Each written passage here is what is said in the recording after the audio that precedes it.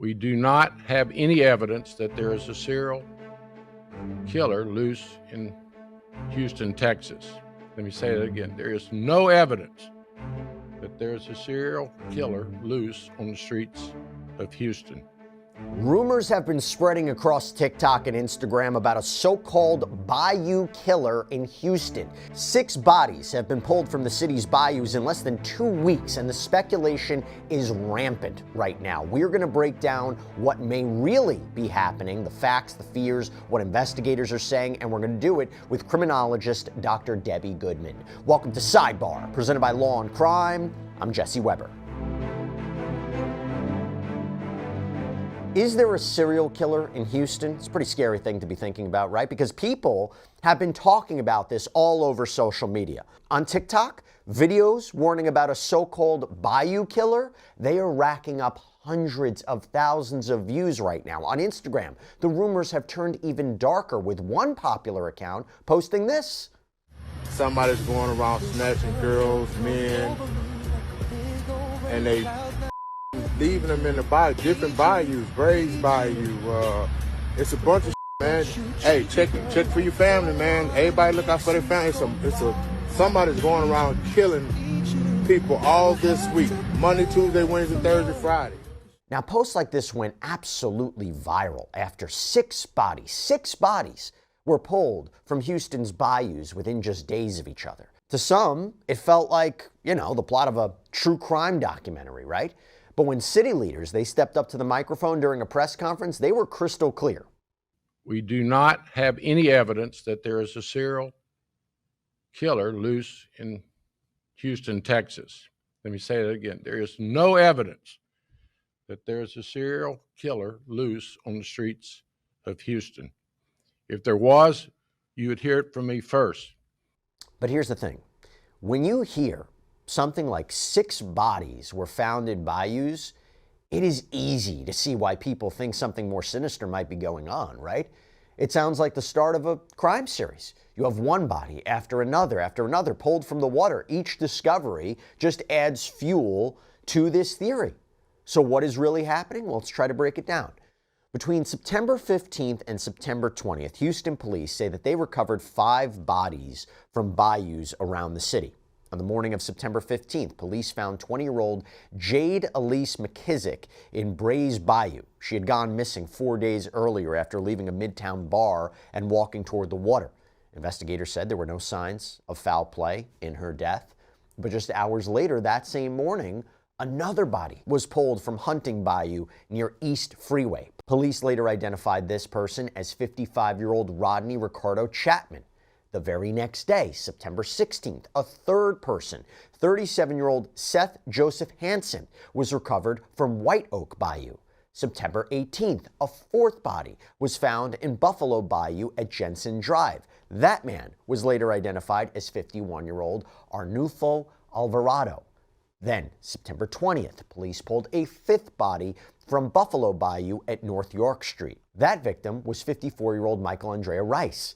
And then finally, on September 26th, a 6th body was spotted floating in Buffalo Bayou downtown near Commerce and Millam Streets. Police haven't released a name yet, pending family notification, but a spokesperson for Houston Police told Houston Public Media that it is believed that the body could belong to a girl or a woman. And that is 6 bodies in just 11 days. Pretty chilling, to say the least. But actually, just so you know, that raises the total to 15 deaths so far this year, according to Houston Police. For comparison, 24 bodies were recovered from Houston's bayous in all of 2024. And those are the raw facts. But after the social media frenzy, Houston city leaders, they basically had no choice. They stepped up to try to clear the air, try to calm the community. Mayor John Whitmire opened the press conference with a blunt message. There is no evidence that there is a serial killer loose on the streets of Houston. If there was, you would hear it from me first. These 5 tragic drownings discovered over a 5-day period is alarming. One is too many.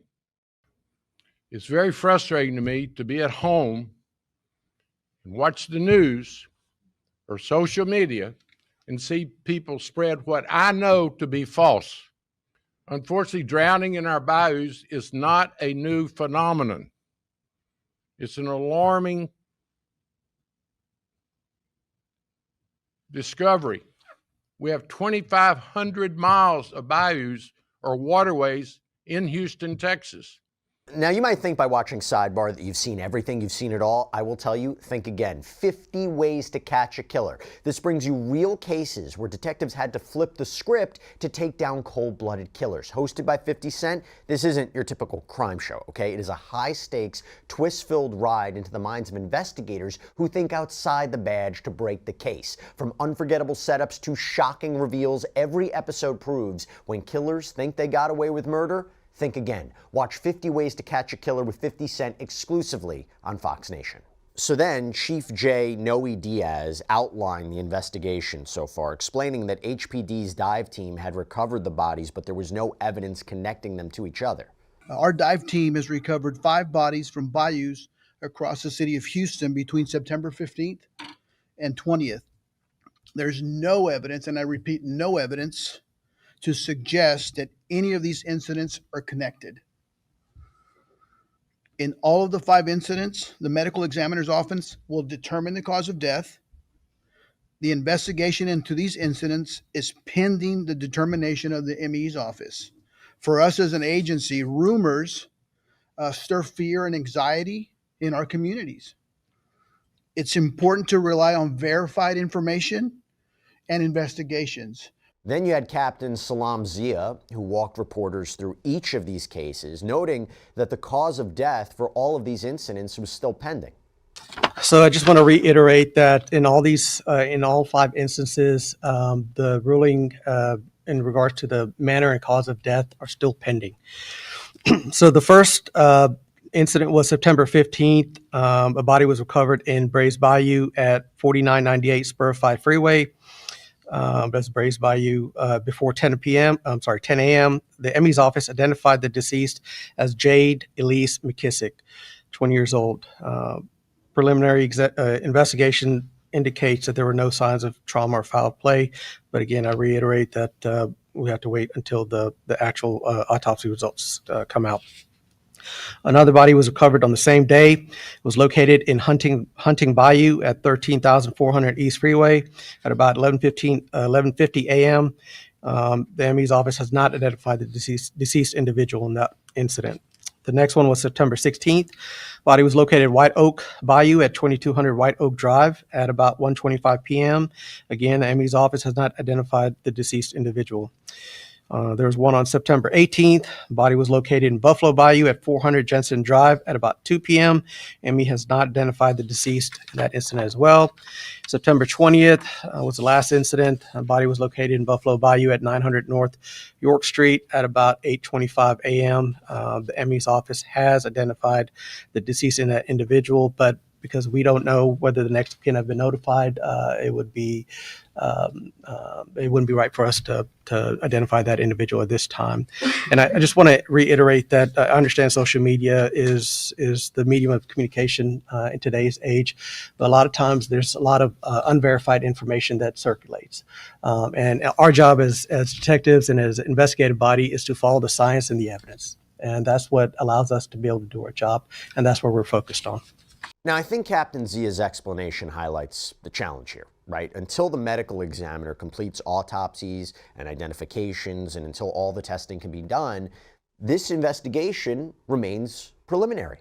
But even at this early stage, police are coming out and saying there's no pattern, there's no connection between the victims, there's no signature, there's no evidence pointing necessarily to foul play.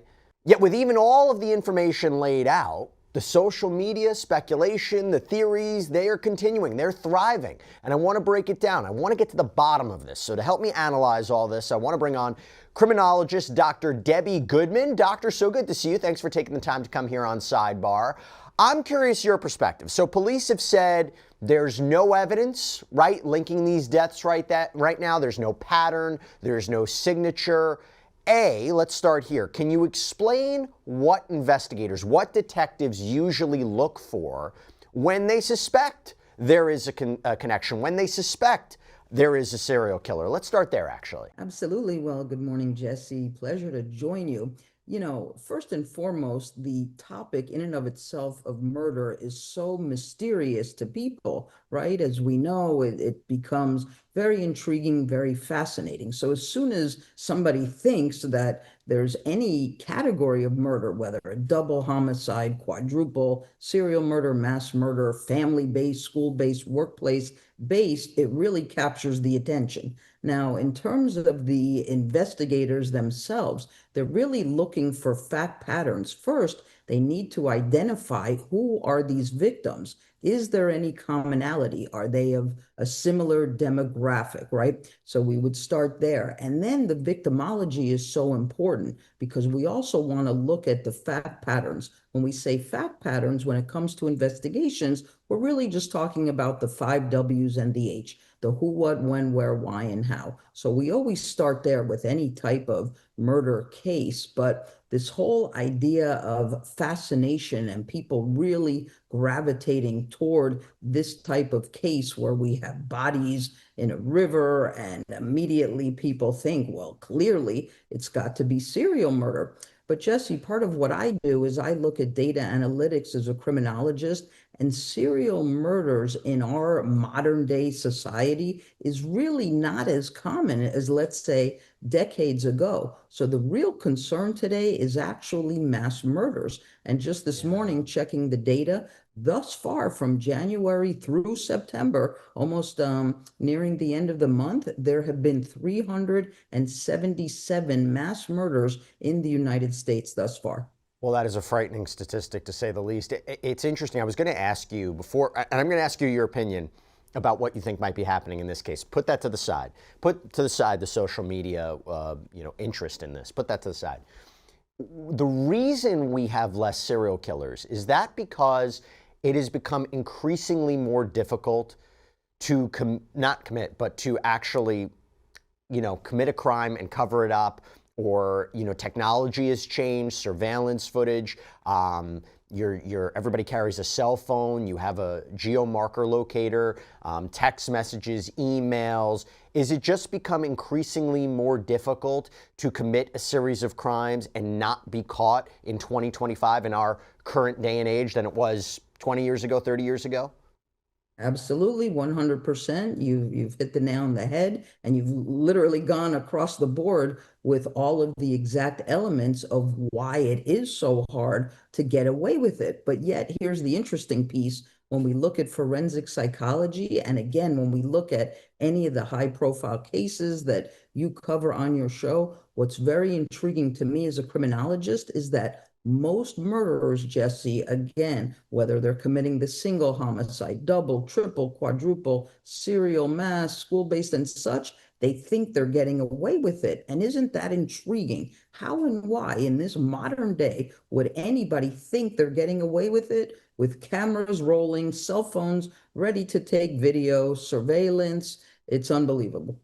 All right, so Dr. Goodman, now let me ask you the million-dollar question. You've heard what authorities have said here. Do you agree? Do you agree that there's no connection at this point? Do you agree that there doesn't appear to be a serial killer, one or two or several people that are all part of this together? Or do you think that there might be something here? I mean, it is strange. It is unusual. Where do you stand on it? Absolutely, Jesse. It's strange, it's unusual, but I do trust the law enforcement experts and their ability to ascertain the information and to group the victimology. You see, at the moment, again, we don't really know of whom are we looking here among this pattern. Are they all women? Are they men of a certain age? See, that's going to matter. More modern day, let's call it, although we just said earlier, we haven't really looked at the full crime of serial murders maybe throughout the decades, but not so much in our modern times, maybe the most recent of which might be the Gilgo Beach. But see, when we look at that and compare and contrast what's happening now with the Bayou River issue, we know the victimology pattern. We're looking at all young women who are of a particular genre of the sex trade industry.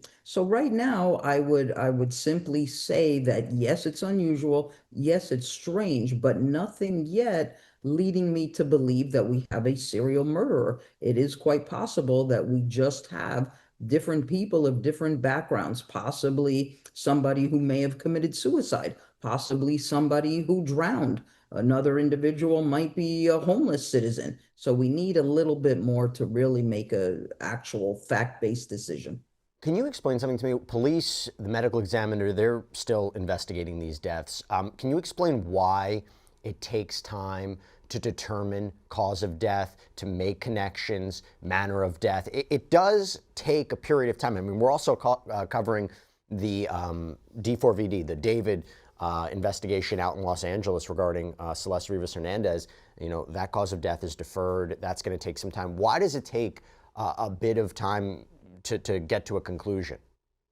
Right. It's a great question. And like anything else, if we really look at all that investigators have to do, just starting with the basic criteria of the 5 W's and the H, the who, the what, the when, the where, the why, and the how, that alone, it seems simplistic, but yet it's actually very complicated. And they don't want to reveal any false information to the public so that there would be alarm. And I think that's what's happening here as well, that law enforcement is trying to contain any type of drama or alarming thinking that we know mushrooms throughout the social media platforms. Is it a serial killer? Is it a mass murderer? All of the online posts and discussions and blogs, many people are moving in that direction. But I always like to stay calm and just let the experts do what they do and unravel the facts. You know, even recently we spoke before we went on about the Kohlberger case, right? Right. Technically a mass murder case, but it took time to determine who's the perpetrator. But we look at the victimology to also determine who is the defendant. And yes, it takes time to do increased testing and toxicology tests and things of that nature. Just to be clear, though, through testing, through more analysis, through more of an investigation, there is the possibility that there could be a serial killer here, right? In other words, people may have a misconception about what serial killers do and don't do, but having said that, it wouldn't be inconsistent to have this number of bodies in these locations and it be linked to one or two people, right? I mean, there is some sort of consistency here. It wouldn't be outside the realm of possibility based on your study of serial killers and how they develop and how they change over time and how there might be a pattern. There is a possibility there could be a connection down the road, right? Right.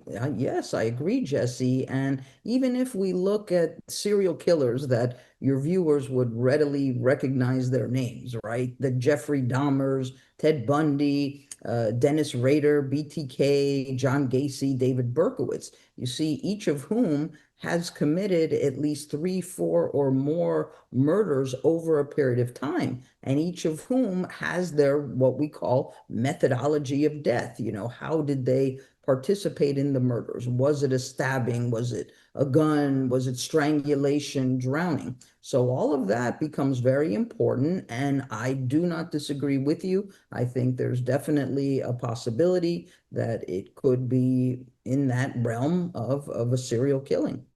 And by the way, talking about the difference between crimes 25, 30 years ago and now, we have seen TikTok, we've seen Instagram posts going viral right now, warning about a so-called bayou killer.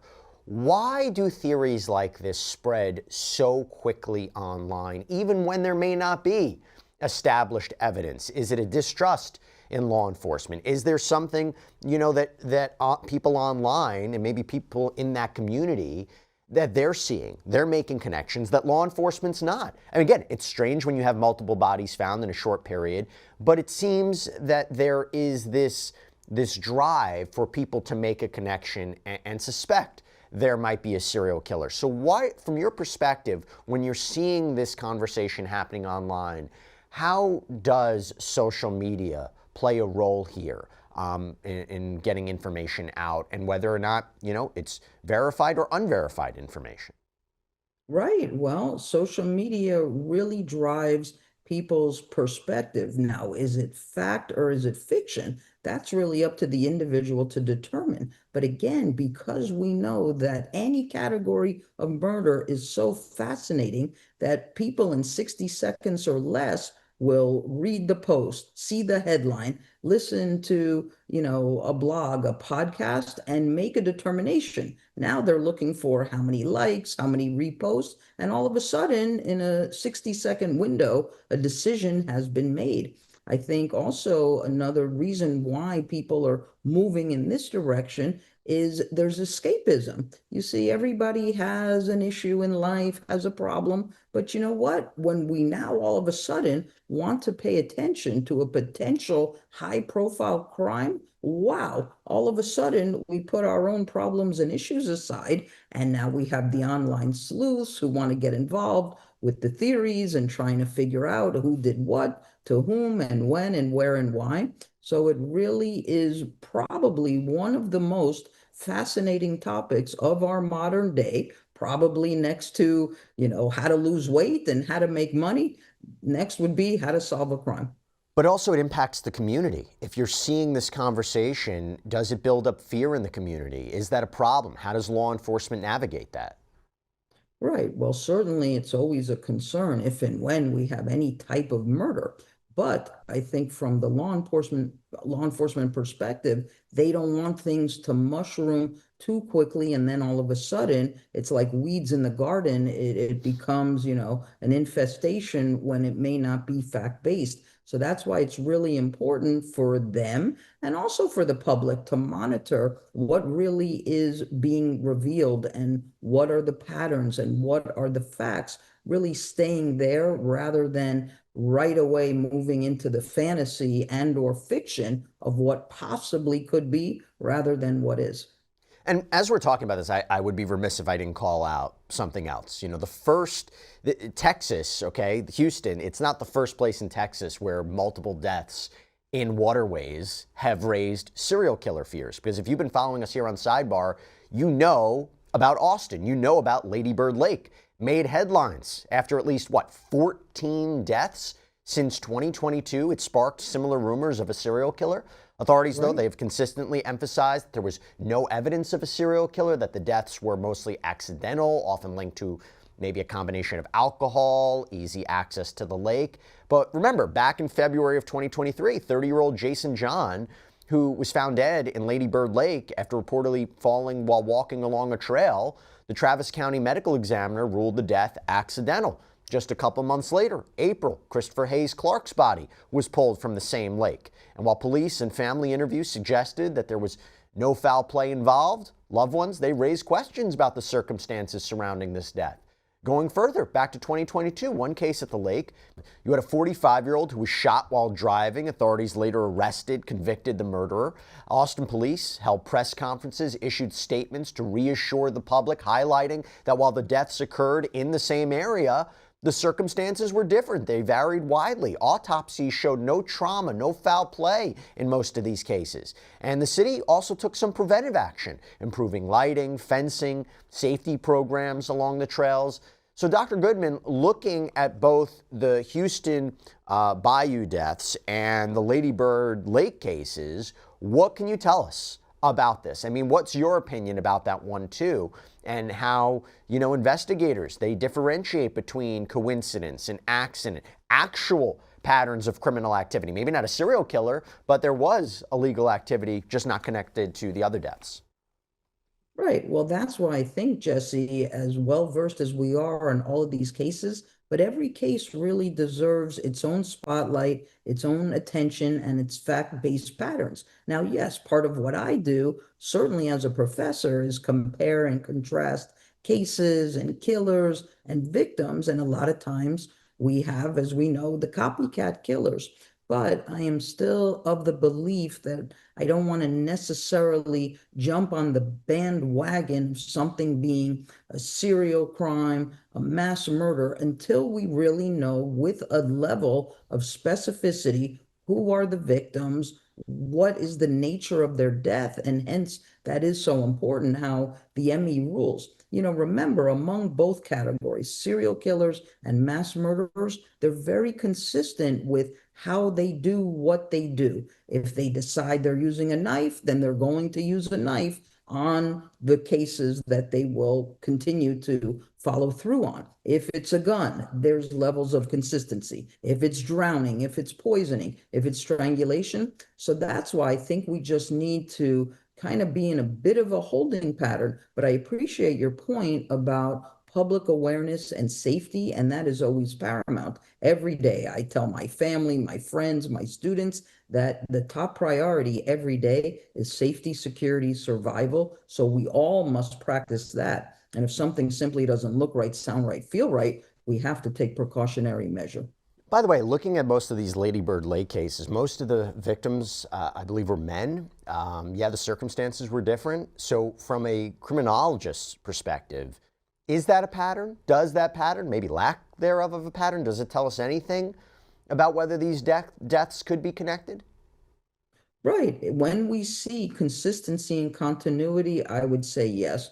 When we look at somebody like a Jeffrey Dahmer, who was his fact pattern? Who were his victims? Primarily young men with whom he interacted at the bars. We look at somebody like a John Wayne Gacy, same thing. Who were his 30 plus victims? Young men. So there tends to be not so much a deviation from the pattern, but rather the consistency and continuity. Even alleged Gilgo Beach, Rex Heuermann, who were his victims? Young women in their 20s to early 30s.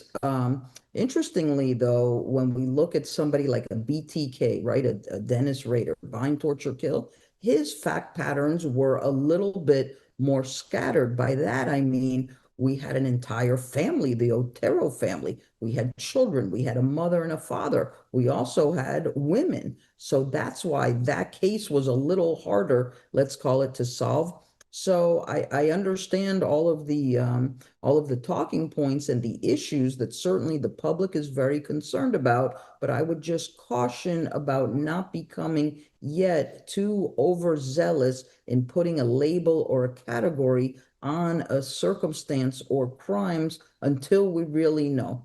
Maybe they're accidents, maybe they're drownings. There could be other circumstances other than serial or mass murder. And while I have you, I got to ask you about New England. This is something that we covered here on Sidebar too. So you have at least 11 people who have been found dead across New England over the past several months. So you have reports coming out of Rhode Island, Connecticut, Massachusetts. Social media, jumped on this. They latched onto the idea. There were users who latched onto the idea of a serial killer. There were repeated reassurances from law enforcement that the cases are not connected. But again, strange circumstances. Authorities in multiple jurisdictions, they've investigated these deaths. They found little evidence to suggest a pattern, which we've been talking about. But in some instances, police have identified, a clear explanation. For example, in Groton, Connecticut, you had 58-year-old Suzanne Wormser, who was found dismembered and stuffed into a suitcase. But police, they traced her death back to her roommate, Donald Koffel, who admitted to killing her over $200 worth of missing crack cocaine. He's now facing multiple charges, including murder, tampering with evidence. But other recent deaths, they remain under investigation. They don't currently show signs of being connected to a larger criminal pattern. I will tell you, though, yet despite the lack of evidence of a serial killer, online speculation, it reached a fever pitch when you had a Facebook group originally named New England Serial Killer claim that the bodies were buried at Scarborough Beach in Rhode Island. So police, they conducted searches with cadaver dogs to follow up on the tips. They highlighted the tension between social media-driven theories and real investigative work. So, Dr. Goodman, you have a situation here where investigators are not only looking into all of these cases, but they also have to try to calm the public a bit. Now, that could change. Again, something could change. What was your opinion about what's going on in New England? Yeah, I would say it's still very similar, Jesse, to what's going on with the Bayou Rivers. I want to follow these cases, but from the standpoint of removing the alarm, removing the drama, and really focusing on the facts, because that's why we have law enforcement investigators. We have local, state, and federal officers and agents who are well-versed, well-trained. I know it's easy for some to sit back and, point fingers and criticize, and what's taking so long? Didn't we see that with Goldberg? We've been talking about that case almost 3 years, and 6 weeks in, people were saying, well, where's the guy? Who's the guy? Are we looking at multiple people? I could tell you also, by the way, just in terms of data analytics, when we look at serial murderers, when we look at mass murderers, we're really not with multiple defendants. You see a lot of people, and I understand why, think that, oh, clearly, how could it be one person killing 11 people or 33 people? And the logical mind thinks there's got to be multiple killers out there. But once again, if we just look at data analytics in both categories, we are looking, in most instances, the majority of which, with singular killers who are able to perpetrate these types of crimes. Again, just to make sure that the viewers know and understand the semantics here, when we're talking about a serial murder or serial crime, we're talking about 3, 4, or more murders that have taken place at different locations over a period of time. However, it's the modern day concern that I'm really concerned about as a criminologist, with the 377 mass murders that we've already seen from January to present, September. But the mass murderer is the individual who is committing the 3, 4, or more deaths at the one time, one location. All right. Dr. Debbie Goodman, thanks for setting the record straight. We'll keep our eyes on it, but right now, doesn't appear to be any concrete connections, but at least by investigators' take. So if something should change, we'll make sure to cover it here on Sidebar. Thank you so much for taking the time. Appreciate it. Thank you. And that is all we have for you right now here on Sidebar, everybody. Thank you so much for joining us. And as always, please subscribe on YouTube, Apple Podcasts, Spotify, wherever you get your podcasts. You can follow me on X or Instagram. I'm Jesse Weber. I'll see you next time.